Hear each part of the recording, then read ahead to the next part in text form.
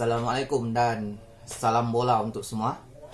Jadi pada video kali ini saya mau buat review lah terhadap game semalam,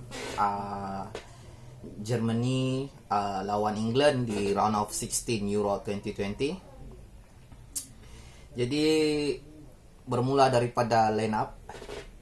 Dalam video preview saya menjangkakan bahawa England akan bermain 4-2-3-1, tetapi semalam mereka bermain dengan 3-4-3, sama juga dengan Germany.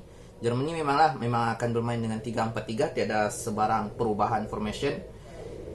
Jadi dari England di belakang yang menjadi pilihan kepada Southgate semalam, keeper Pickford 3 orang, di depan keeper Walker, Stones dengan Maguire 4 orang, di tengah ada Trippier, Phillips, Rice dengan Shaw, 3 orang di depan, Saka, Harry Kane dengan Raheem Sterling.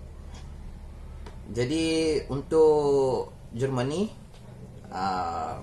keeper yang jadi pilihan kepada Joachim Löw semalam, Manuel Neuer macam biasa. 3 orang di depan, keeper masih lagi dipilih sebagai defend. Ada Antonio Rudiger, ada Mats Hummels dengan Ginter. 4 orang di tengah, ada Gosens. Berlaku satu perubahan, yaitu Goretzka dimainkan sebagai starting 11 bersama dengan Toni Kroos dan juga Joshua Kimmich. Kemudian 3 orang di depan, Joachim Löw pakai Thomas Müller, Timo Werner dengan Kai Havertz. Jadi secara keseluruhan lah, bagi saya game semalam tu tidaklah begitu teruk, tetapi tidak juga begitu baik lah. Saya sebelum game tu saya mengharapkan persembahan yang lebih lah daripada kedua-dua tim ini, tapi ya mungkin faktor sebab terlalu berhati-hati dan mungkin juga faktor formation tu lah sama, dan game tu jadi lebih kurang lah dia punya rentak, dia punya gameplay. Jadi dari line up ni, bagi saya bila saya tengok sendiri line up semalam ni, memang saya sudah jangkakan yang Germany akan kalah lah. Seperti mana yang dalam video preview saya katakan, 55% win rate untuk England dan 45% untuk Germany. Dan betul-betul England menang 2-0. Sebenarnya dari line up lagi saya sudah ragu lah dengan performance Germany semalam. Ialah sebab tidak ada finishing dan tidak ada pergerakan bola yang banyak ke hadapan oleh Germany lah. Dia menggantikan Joachim Löw menggantikan Gundogan dengan Leon Goretzka. Saya menginginkan yang Germany keluar dengan lebih menyerang, tetapi yalah, banyak serangan dilakukan oleh digerakkan oleh Goretzka semalam juga. Memang banyak juga. Goretzka menjadi salah satu pemain yang menggerakkan serangan. Tetapi yang saya bengang betul kalau midfield Germany ni Toni Kroos lah. Tapi bagi saya lah, ni bukan sebab saya kenal Toni Kroos ni, dia bukannya ndak bagus, tapi peranan dia tu di dalam squad Germany tu, dia bagi saya lah potensi dia tu dihalang sendiri oleh Joachim Löw. Dan dalam turnamen, sepanjang turnamen Euro ni pun, Toni Kroos bagi saya tidak dapat menyerlah lah. Sebab Joachim Löw, bagi saya, ni pendapat saya, Joachim Löw block dia punya ability, kemampuan sebenarnya untuk bermain. Dan inilah jadinya, kalau kita tengok semalam, midfield England lagi bagus. Phillips dengan Rice lagi bagus mengawal bahagian tengah padang. Dan jadi yang satu lagi saya bengang dengan Joachim Low ni. Saya mengharapkan dalam video preview sebelum perlawanan bermula, Joachim Low memasang seorang striker yang the real number 9 untuk Germany, iaitu Volland lah, sebagai bertindak sebagai finisher kepada build up, kepada serangan-serangan yang dibuat. Tetapi Joachim Low lebih memilih Timo Werner ni. Bagi saya lah, terlampau macam mana ya, dia terlampau memberi kepercayaan kepada seseorang yang betul-betul setakat ni performance memang teruk lah, Timo Werner ni. Tapi yalah, Joachim Low bagi juga peluang, mungkin lah sebab dalam EPL Timo Werner tidak menyerlah, dan game ni rasanya Joachim Low cuba mahu buktikan yang Timo Werner ni betul-betul sebagai seorang pemain yang berkualiti kan. Jadi dibagi peluang. Tetapi masalahnya, bagi saya sendiri, apa yang Joachim Low buat meletakkan Timo Werner tu, bagi saya ada yang pro-nya juga, sebab tapi ada cons-nya juga. Jadi yang pro-nya mungkin diletakkan Timo Werner sebagai starting 11 mungkin akan meningkatkan motivasi pemain dan meningkatkan motivasi Timo Werner ni lah. Tapi yalah, lama dia dibagi peluang, rasanya sampai 70 minutes kalau tidak silap lah. Semalam Timo Werner dibagi peluang, tapi yalah, berlari-lari, cuma berlari-lari di atas padang. Tiada apa pun yang dia lakukan memberi sumbangan kepada bahagian serangan Germany. Tiada langsung. Ada satu chance yang Kai Havertz buat untuk dia, tapi gagal untuk finishkan. Berbeza dengan England, bangang-bangang Harry Kane tu pun Southgate tetap pakai dia, letak dia di depan. Ya, sebab dia adalah satu-satunya the real number 9 striker yang England ada sekarang. Dia yang betul-betul pure striker yang England ada sekarang.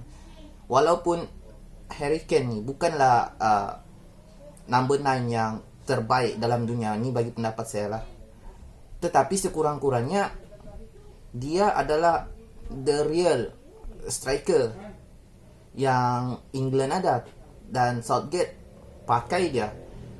Kan kita boleh nampak juga semalam yang Harry Kane ni pun macam tak wujud juga di dalam padang, tetapi last minit ke 85 86 macam gitu dia score kan. Sebab dia betul-betul sebagai peranan dia tu sebagai finisher, yang betul-betul finisher dalam padang, dalam setiap serangan yang dibuat oleh England. Last dapat juga kan satu gol kan. Dan sekurang-kurangnya Harry Kane ini, walaupun dia tidak begitu nampaklah sangat peranannya di dalam padang, tapi dia membuka peluang kepada Raheem Sterling dan Saka ni untuk bergerak dengan lebih bebas. Ya, satu orang striker di depan, ada Harry Kane di depan, dan Germany cuma ada 3 orang defender. Satu orang defender yang saya nampak yang banyak marking Harry Kane semalam, Mats Hummels. Jadi sekurang-kurangnya dia mengambil ataupun mencuri perhatian defender Germany ini untuk membuka ruang kepada Raheem Sterling dan Xhaka ni untuk bergerak. Macam semalam dalam first game, dalam first half, Raheem Sterling dapat chance untuk shoot luar kotak penalti, dan shooting yang bagi saya memang sangat memang secara teknikalnya tidak ada yang salah lagi dengan shooting tersebut. Tetapi Manuel Neuer merupakan antara salah seorang goalkeeper terbaik di dunia sekarang ni bagi pendapat saya lah. Dan bola tu dapat ditepis. Tidak terjadi gol. That's okay. Yang pentingnya peluang tu ada, yang pentingnya effort tu ada untuk membuat jaringan. Tetapi yang 3 orang di depan Jerman ini, Thomas Muller, Kai Havertz, Timo Werner, kita tak ada pun seorang yang betul-betul the pure striker, yang betul-betul tulen untuk jadi finisher kepada setiap build up, kepada setiap serangan. Kadang-kadang berganti-ganti. Timo Werner kadang-kadang pergi di tepi, Kai Havertz kadang-kadang pergi di kiri, Thomas Muller pergi di kanan, berganti-ganti. Tidak ada yang satu orang striker yang betul-betul dijadikan sebagai role, sebagai peranan sebagai finisher. Sebab itulah saya katakan dalam video preview saya menginginkan Kevin Volland untuk bermain, sebab Kevin Volland itu betul-betul dia adalah striker yang tulen, yang pure striker. Walaupun dia bukanlah striker yang ada nama ataupun yang terbaik di dunia, sekurang-kurangnya dia adalah pure striker. Bezanya semalam tim dua-dua pasukan ini, England ada the striker yang betul-betul tulen. Jerman tidak ada. Joachim Low memang makan kepala ayam. Dia letak Timo Werner, Kai Havertz dengan Thomas Muller. Tidak ada masalah, bagi saya tidak ada masalah untuk memberi peluang kepada Timo Werner buktikan dia punya kemampuan sebenar. Tetapi sudah first half masih lagi dipakai, sudah separuh daripada second half rasanya baru dikeluarkan. Jadi benda tu terlambat, dan dikeluarkan pun menggantikan Gnabry.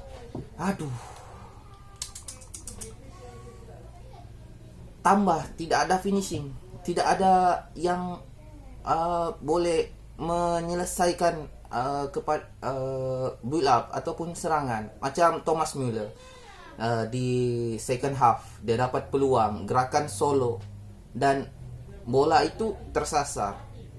Bagi saya memang wajar pun benda tu, sebab dia bukan striker, dia bukan yang betul-betul finisher. Kalau Harry Kane dapat bola Thomas Muller tu tetap gol bagi saya lah. Ini pendapat saya sendiri. Formation sama, gameplay sama. Yang membezakan semalam adalah seorang Harry Kane dan seorang Timo Werner yang lambat ditukar oleh Joachim Low. Tetapi Joachim Low pun dia pergi tukar, dia ganti Gnabry. So tidak ada macam mana ya, England diorang ada usaha untuk memperkuatkan barisan hadapan, untuk mendapatkan gol, dan itulah yang terjadi semalam. Permainan lebih kurang sama, position lebih kurang sama. Apa lagi? Dua-dua side lah lebih kurang sama. Yang bezanya 3 di depan England itu lebih efektif daripada 3 bahagian hadapan Germany. Dan bagi saya England memang layaklah menang semalam. Joachim Low memang makan kepala ayam tu orang. Itulah. Dan saya sendiri fans Germany kecewalah dengan Joachim Low ni. Memang bangang lah. Jadi apa-apa pun tanya kepada England, dan jumpa lagi. Assalamualaikum.